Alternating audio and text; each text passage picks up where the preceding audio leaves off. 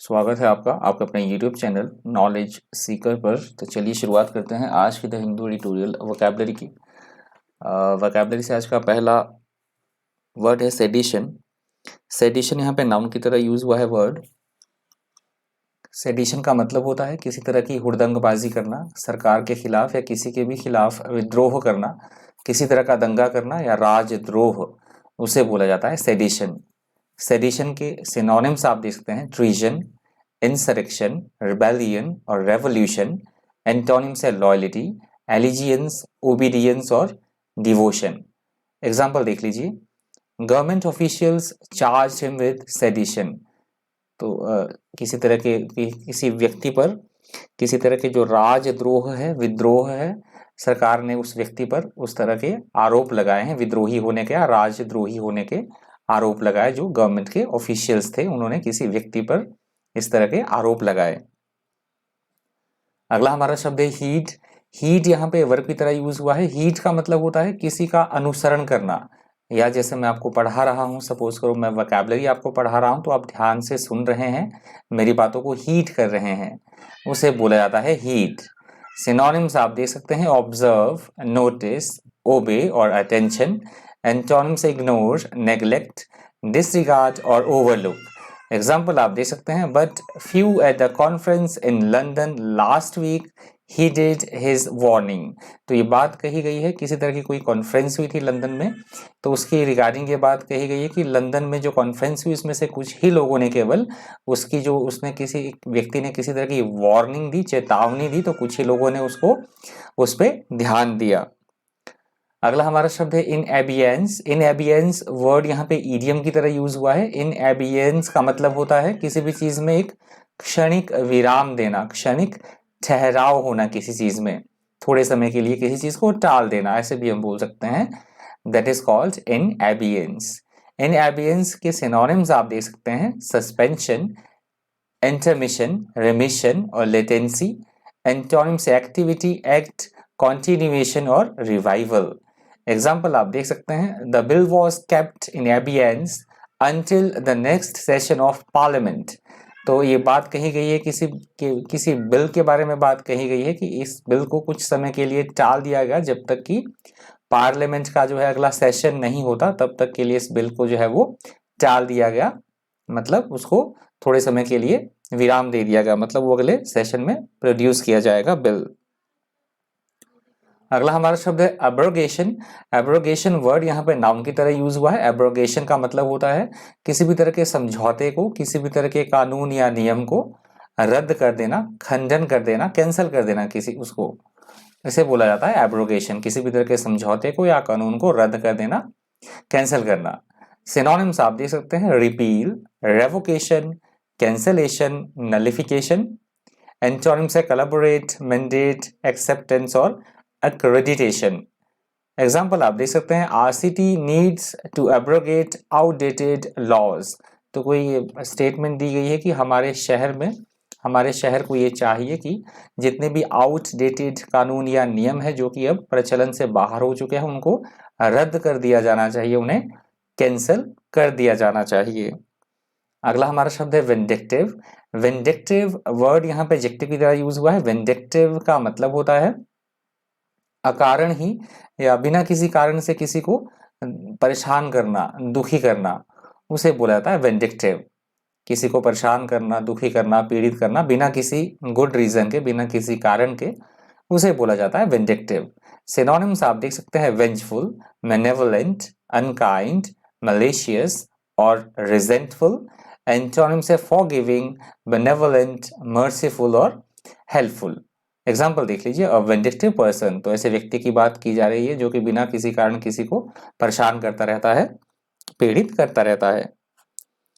अगला हमारा शब्द है डिट्रैक्टर्स। डिट्रैक्टर्स वर्ड यहाँ पे नाउन की तरह यूज हुआ है। डिट्रैक्टर्स का मतलब होता है ऐसा व्यक्ति जो कि दूसरों की निंदा करे, दूसरों की आलोचना करने वाला व्यक्ति, या हम उसे समीक्षक भी बोल सकते हैं, उसे बोला जाता है इंग्लिश में डिट्रैक्टर्स। डिट्रैक्टर के सिनोनिम्स आप देख सकते हैं क्रिटिक, स्लेंडरर, अटैकर और डिक्रिपिटेटर। एंटोनिम्स है अलाई, सपोर्टर, एंथुजियास्ट और अपोलो टेस्ट। एग्जाम्पल आप देख सकते हैं, this performance will silence many of his detractors. किसी के परफॉर्मेंस की बात हो रही है कि इसकी जिस तरह से किसी व्यक्ति ने परफॉर्मेंस दी है, परफॉर्म किया है, तो उसने उस परफॉर्मेंस से जो उसके आलोचक थे, सभी निंदक थे, वो बिल्कुल चुप्पी साधे बैठे थे, मतलब उनमें शांति छा गई, इतनी अच्छी परफॉर्मेंस दी किसी व्यक्ति ने। अगला हमारा शब्द है डिसेंटर। डिसेंटर यहाँ पे नाउन की तरह यूज हुआ है वर्ड। डिसेंटर का मतलब होता है दूसरों के विचारों का जो विरोधी हो, विरोध करना या आपस में विचारों में मतभेद होना, किसी बात को लेकर किसी से असहमति होना, असहमत होना, उसे बोला जाता है, उस व्यक्ति को बोला जाता है डिसेंटर। सिनोनिम्स आप देख सकते हैं, डिसिडेंट, रेबल, मैवरिक, ऑब्जेक्टर और प्रोटेस्टर। एंटोनिम से अप्रूवर, कैंपेनियन, सपोर्टर और बैकर। एग्जाम्पल देख लीजिए, the party does not tolerate dissenters in its ranks. तो किसी पार्टी की बात हो रही है, किसी राजनीतिक दल या किसी भी तरह के पार्टी की बात हो रही है कि वो पार्टी जो चाहती है वो ये चाहती है कि उसके जितने भी पद है उस पर किसी भी तरह के इस विरोधी व्यक्ति को नियुक्त ना किया जाए। अगला हमारा शब्द है ज्यूरिसडिक्शन। ज्यूरिसडिक्शन वर्ड यहाँ पे नाउन की तरह यूज हुआ है। ज्यूरिसडिक्शन का मतलब होता है ऐसा कोई अधिकार क्षेत्र जिसपे किसी अधिकारी का अधिकार लागू होता हो। जैसे मैं जब ये वर्ड आता है तो मैं आपको डीएम का एग्जांपल देता हूँ, जो डिस्ट्रिक्ट मजिस्ट्रेट होते हैं, तो उनका जो अधिकार क्षेत्र होता है वो स्पेसिफिक डिस्ट्रिक्ट के अंदर होता है। तो किसी अधिकारी का अधिकार क्षेत्र या न्यायालय का न्यायाधिकार क्षेत्र, उसे बोला जाता है ज्यूरिसडिक्शन। इसके सिनोनिम्स हैं ज्यूरिसडिक्शन वर्ड के अथॉरिटी, कंट्रोल, पावर, रूल और कमांड। एंटोनिम से पावरलेस, अनकंट्रोल, बैन और ब्रेक। एग्जाम्पल आप देख सकते हैं, that question is outside the jurisdiction of this council. तो किसी तरह की काउंसिल की बात की गई कि इस काउंसिल के न्यायाधिकार क्षेत्र या अधिकार क्षेत्र से जो ये काम है या किसी तरह का क्वेश्चन है वो बाहर है, इसके अंतर्गत वो नहीं आता है। अगला हमारा शब्द है इंसाइटमेंट। इंसाइटमेंट वर्ड यहाँ पे नाउन की तरह यूज हुआ है। इंसाइटमेंट का मतलब होता है किसी को किसी काम के लिए उकसाना, भड़काना, उत्तेजित करना किसी को, उसे बोला जाता है इंसाइटमेंट। उकसाना, भड़काना या उत्तेजित करना।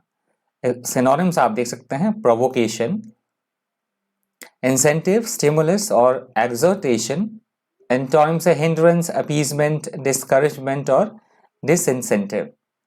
एग्जाम्पल देख लीजिए, insults can lead to the incitement of violence. तो ये बात कही गई है कि यदि हम किसी की किसी तरह से कोई बेइज्जती करते हैं, इंसल्ट करते हैं, तो ये वायलेंस को, हिंसा को बढ़ावा दे सकता है। यदि हम किसी की इंसल्ट करते हैं तो इसका मतलब है कि हम उसे उकसा रहे हैं वायलेंस के लिए। अगला हमारा शब्द है सोवेंटी। सोवेंटी वर्ड यहाँ पे नाउन की तरह यूज हुआ है। सोवेंटी का मतलब होता है अपने राष्ट्र किसी भी देश की स्वयं अपना शासन चलाने की जो शक्ति होती है, उसकी जो स्वतंत्रता होती है, प्रभुता या संप्रभुता, तो उसे बोला जाता है सोवेंटी। सोवेंटी के सिनोनिम से रूल, अथॉरिटी, डोमिनियन और सुप्रीमेसी। एंटोनिम से डिपेंडेंस, सर्विट्यूड, सबमिशन और रिटेंशन। एग्जाम्पल देख लीजिए, in a democracy sovereignty vests in the people. तो ये हम सभी जानते हैं कि डेमोक्रेसी में जहां प्रजातंत्र होता है वहां पे जो प्रभुसत्ता, वहां के प्रभुता, संप्रभुता वहां के नागरिकों में निहित होती है, क्योंकि नागरिकों के द्वारा ही सरकार चुनी जाती है। अगला हमारा शब्द है इंटेग्रिटी। इंटेग्रिटी का मतलब भी होता है किसी राष्ट्र की, किसी देश की एकता, अखंडता, यूनिटी, उसे बोला जाता है इंटेग्रिटी।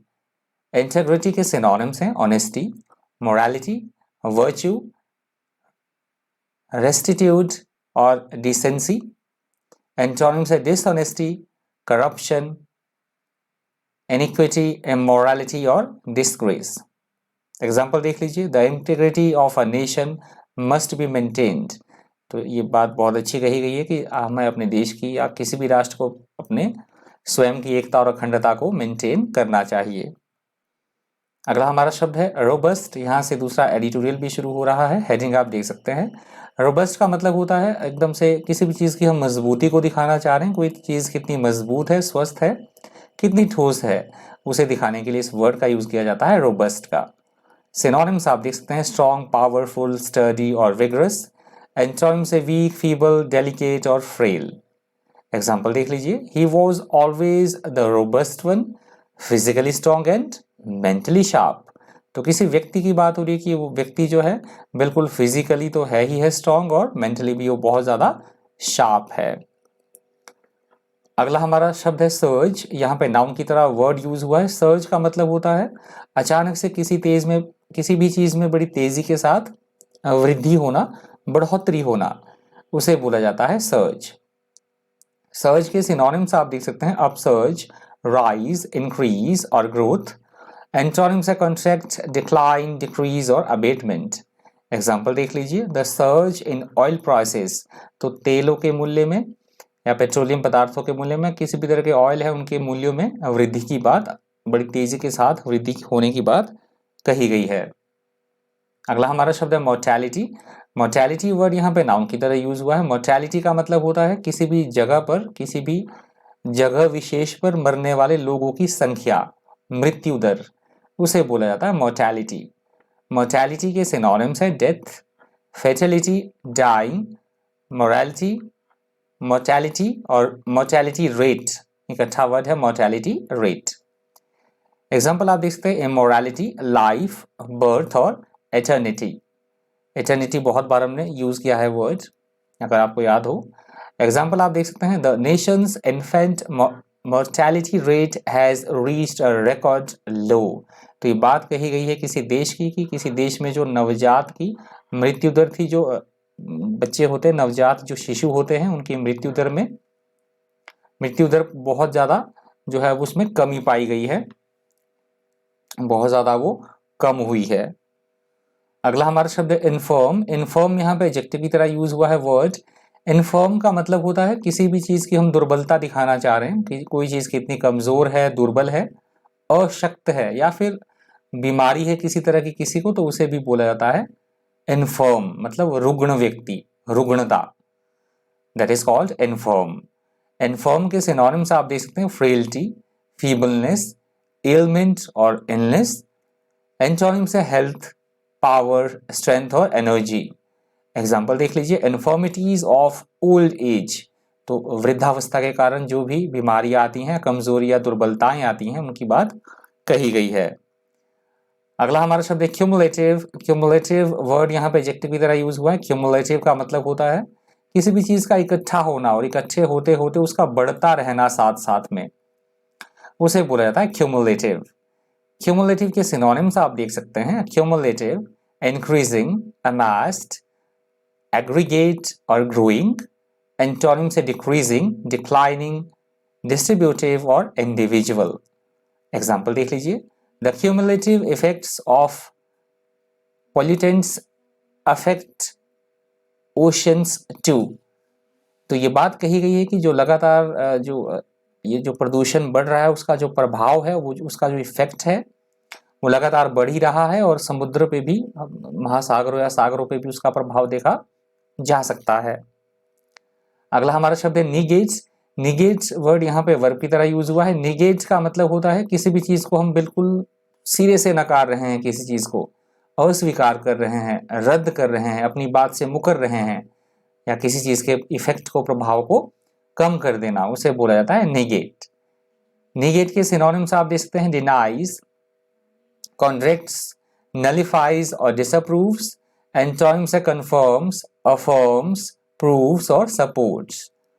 एग्जाम्पल आप देखते हैं this negates the bad smell of onions, garlic and other strong smelling foods।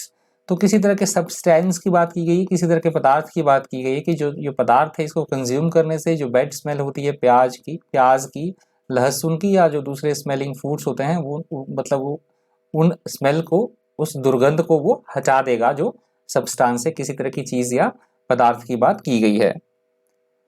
अगला हमारा शब्द है डिस्क्रिपेंसी। डिस्क्रिपेंसी यहाँ पे नाउन की तरह यूज हुआ है वर्ड। डिस्क्रिपेंसी का मतलब होता है किन्हीं भी लोगों की आपस में ना बने, मतलब उनके विचारों में आपस में मतभेद हो, असहमति हो, अंतर हो, विरोध हो किसी तरह का, तो उसे बोला जाता है डिस्क्रिपेंसी। डिस्क्रिपेंसी के सिनोनिम्स आप देख सकते हैं differences, disparities, dissimilarities, inconsistencies, divergencies, antonyms है कंसिस्टेंसीज, एक्यूरेसी, एग्रीमेंट और सर्टेनिटी। एग्जाम्पल आप देख सकते हैं, समथिंग इज रॉन्ग हेयर, तो किसी पिक्चर की बात हो रही है, जैसे मैंने भी लगाई है यहाँ पे पिक्चर, आप देख सकते हैं इस पिक्चर में कुछ रॉन्ग है। There is a discrepancy between these two sets of figure, तो दो मैंने इमेजेस आपको दिखाई है, फ्रूट की इमेजेस दिखाई है, तो इसमें किसी तरह की कोई अंतर है, मतभेद है या विरोध है किसी तरह का, तो आप देख सकते हैं ये कोई ऑरेंज टाइप फ्रूट है और ये एप्पल है।